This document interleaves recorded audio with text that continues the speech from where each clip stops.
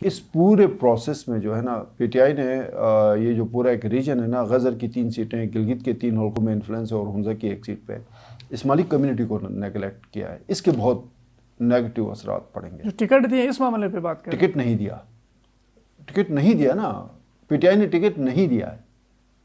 ٹھیک، P T I نے ticket نہیں دیا ہے. نہیں پھر راجہ شہباز تو نہیں دیا نا، ٹکٹ نہیں دیا. راجہ شہباز کو بہت ساروں کو نہیں ملا ہے نا. نہیں دیکھیں میں یہ بات کر رہا ہوں کہ اہل سنت کی نمائندگی ہو گئی. کیا یہ ٹکٹ بھی کوئی اس بنیاد پہ ہو جاتا نا؟ یہ نہ چاہتے ہوئے بھی یہ ہو رہا ہے نا، نہ چاہتے ہوئے بھی یہ ہو رہا ہے، سارا کچھ ہو رہا ہے اور اس کے اثرات پڑیں گے.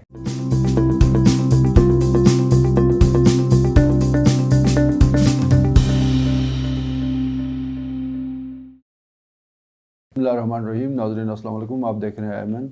پروگرام ہے حالات حاضرہ، اور حالات حاضرہ میں ہوں آپ کا میزبان ایمان شاہ، اور آج ہمارے ساتھ مہمان تشریف فرما ہے سینئر تحقیقار مہتاب الرحمان. مہتاب ویلکم.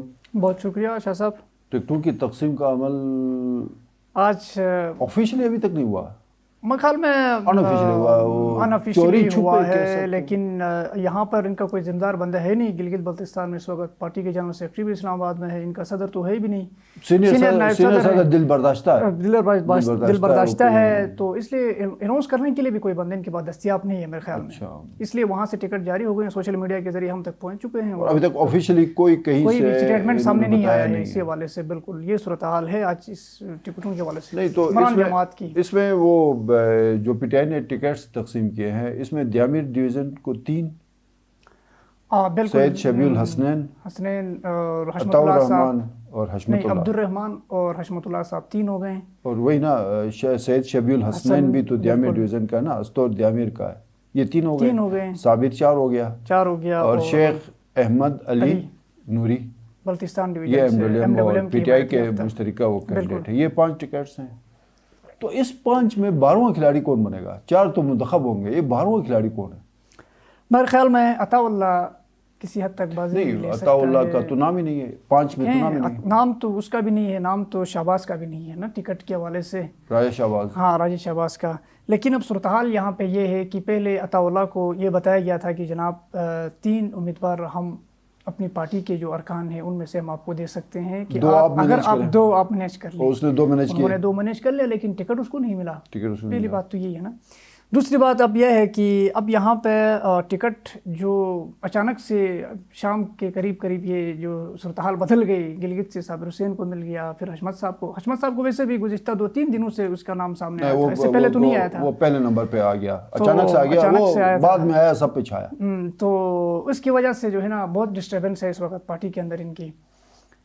یہ صورتحال بھی بڑی پارٹیوں میں یہ ڈسٹربنس کیوں ہوتی ہے سر؟ یہ میرٹ پہ کوئی دیکھیں ہونا تو یہ چاہے کہ ایک پارلیمانی کمیٹی ان کی بنتی، وہ درخواستیں وغیرہ جو بھی ہیں جو بھی سبمٹ کراتے ہیں ان کو یہ بلاتے، ان سے ان کی سی ویز دیکھ لیتے، ان کی پروفائل دیکھ لیتے، انہوں نے کیا پارٹی کے لیے خدمات سر انجام دی ہیں، ایجوکیشن کا بیک گراؤنڈ تھوڑا چیک کرتے. اس کے بعد پھر وہ ریکمنڈیشنز پارٹی قیادت کو جاتی. پارٹی قیادت باعزت طریقے سے بیٹھ کے ایک پریس کانفرنس میں ان جو بھی نام ہیں 4-5 وہ اناؤنس کرتے.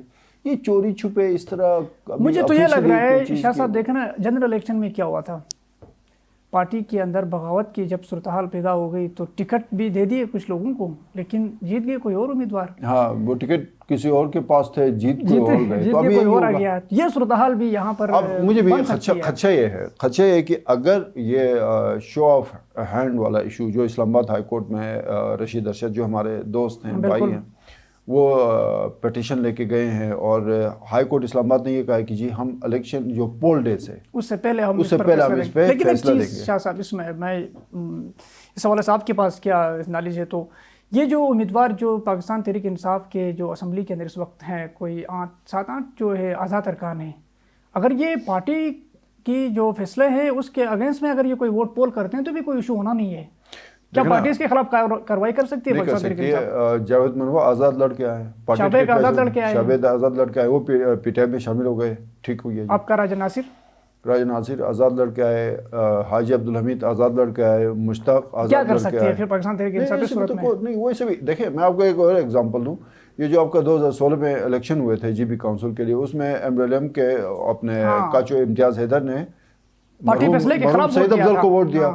ٹھیک ہے، انہوں نے بہت کوشش کی اس کو ڈیسائڈ کرنے کہ آخر تک امتیاز کا جو یہاں پر بھی بیٹھے رہے، آرام ایسی سے اپنا صورتحال کام بن کرتے سکتی ہے رہے، یہاں کچھ پر. بھی نہیں ہے. اگر یہ الیکشن جو ہے وہ سیکریٹ بیلٹ کے ذریعے ہوتے ہیں اور تو بھی ان کے لیے آسانی پھر ہے. وہ مطلب جس کی جیب خالی ہے نا، ٹکٹ بے شک ملا ہے، جیب خالی ہے، اس کے لیے بڑا مشکل ہے. بڑا مشکل ہے، ایسا ہی صورتحال ہے ٹھیک اس ہے، وقت. اور وہ لوگ جیتیں گے جو آزاد ہیں، جن کے پرپوزر سیکنڈر ہیں، مثلا عطا اللہ ہے، رائے شہباز ہے، اور بلتستان سے جو پانچواں پی ٹی آئی کا جو امیدوار ہے ایگزیکٹلی. تو میرے خیال دلپذیر صاحب کی بھی ایک اچھی دلپذیر صورتحال صاحب بنی دیکھیں ہے. وہ پی ٹی آئی میں بغاوت والی سچویشن ہے نا. مطلب دلپذیر صاحب شابیگ کے خلاف الیکشن لڑے تھے، لیکن اب جا کے شابیگ نے کیس بھی چل رہا ہے. آج شابیگ اور حاجی گلبر دلپذیر کو لے کے آئے، اور ریٹرننگ آفیسر جو سیکٹری لا ہیں رحیم گل صاحب، اس کے پاس انہوں نے کاغذات جمع کرا دیے. تو اس کا مطلب یہ ہے کہ گلبر اور شابیگ صاحب نے تو پارٹی کا آغاز تو ہو گیا نا بغاوت کا. ایسا ہی ہے تقریباً. جس طرح وہ کرنل عبید اور دلشاد بانو نے مطلب پارٹی کے فیصلے کے خلاف سمجھ لیں راج شہباز کو ایز اے پرپوزر سیکنڈر، انہوں نے اس کے فارم سائن کیے. ٹھیک ہو گیا. ایسی صورتحال دیامر میں بھی ہے. اب یہ اسی طرح جو ہے وہ جو سچویشن پیدا ہو رہی ہے نا، حاجی گلبر اور شابیگ نے جو دلپذیر صاحب کو آگے کیا ہے، یہ الارمنگ ہے پی ٹی آئی کے لیے. یہ شاہ صاحب یہ اب یہ تھوڑے دیر پہلے کی وہ خبر ہے. پی ٹی آئی والے دلپذیر صاحب پہ نظر رکھیں، عطا اللہ پہ نظر رکھیں، رائے شہباز پہ نظر رکھیں. اگر ان لوگوں پہ ان کی مانیٹرنگ ٹھیک ہو تو معاملات بہتر ہو سکتے ہیں، ورنہ یہ ہے کہ وہ ٹکٹ والے وہ ٹکٹ ان کا وہ ٹرین مس ہو جائے گی. اب سے تھوڑی دیر پہلے انجینئر اسماعیل صاحب کے استعفے کے حوالے سے بات چل رہی ہے. یہ کیا مطلب پیپلز بغاوت پی ٹی آئی میں ہونا تھا، پیپل پارٹی میں کیوں ہو گئی؟ پیپلز پارٹی کا یہ ہے نا کہ انجینئر اسماعیل کا مسئلہ یہ تھا کہ انجینئر اسماعیل الیکشن سے پہلے بھی اس کے ساتھ پی ٹی آئی کے رابطے تھے بہت زبردست قسم کے. انجینئر اسماعیل کا بڑا بھائی اللہ ان کی مغفرت پر وہ فوت ہو چکے ہیں، انہوں نے انجینئر اسماعیل کو یہاں تک پہنچایا. ٹھیک ہے. اب انجینئر اسماعیل کا ایک بھتیجا جو ہے، اس کے بڑے بھائی کا بیٹا جو ہے وہ پی ٹی آئی میں ہے. تو الیکشن سے پہلے بھی انجینئر اسماعیل کے اوپر پریشر تھا کہ وہ پی ٹی آئی جوائن کریں، اور پی ٹی آئی نے بھی بہت محنت کی تھی انجینئر اسماعیل کے اوپر. وہ خیر مطلب پیپلز پارٹی نے جیسے تیسے اس کو قابو کیا. بلاول ڈائریکٹلی انوالو تھا، انہوں نے قابو کیا اس کو. تو اب بھی مجھے 2-3 دن پہلے پیپلز پارٹی کے جو سینئر رہنما ہیں اور صوبائی سینئر وائس پریزیڈنٹ ہیں جمیل احمد، ان سے میری بات ہوئی تو وہ کہہ رہے تھے یار انجینئر اسماعیل جو ہے نا وہ اس بات پہ ڈٹے ہوئے ہیں کہ ابراہیم صاحب کو، جو پہلے بی جے پی کونسل کے ممبر ہے، مجھے ان کے ابراہیم صاحب کا پورا نام محمد ابراہیم ہو سکتا ہے، وہ پہلے بی جے پی کونسل کے ممبر ہیں. اگر ان کو ٹکٹ نہیں دیا گیا تو انجینئر اسماعیل نے کہا جی کہ میں کم از کم اپنا ووٹ احتجاجاً کاسٹ نہیں کروں گا. اچھا، وہ ووٹ کاسٹ نہیں کریں گے تو پھر اس کے لیے مسئلہ نہیں ہو سکتا ہے سیٹ کے حوالے سے؟ پھر وہ آزاد امیدوار ہے نا جو ووٹ آگے پیچھے ہوں گے. تو لیکن ابھی پیپلز پارٹی والے کوشش کریں گے کہ انجینئر اسماعیل کو منانے کی. بٹ یہ ایک ہے کہ پیپلز پارٹی میں بھی بہت زبردست قسم کا ایک وہ اندر سے یہ ٹکٹ جلال کو جانا تھا، ایوب شاہ کو ہم کہہ سکتے ہیں بغاوت. یہ اس لیے کہ نہ صرف اس نے پارٹی اس کے اپنے اس نے کہا کہ جی میں جو کیا ہے اس کو یاسین والے ہمارے دوست کا ایوب شاہ کو، اس کا میں ووٹ بھی نہیں دوں گا اور میں اپنے پارٹی عہدے سے بھی استعفیٰ دیتا ہوں.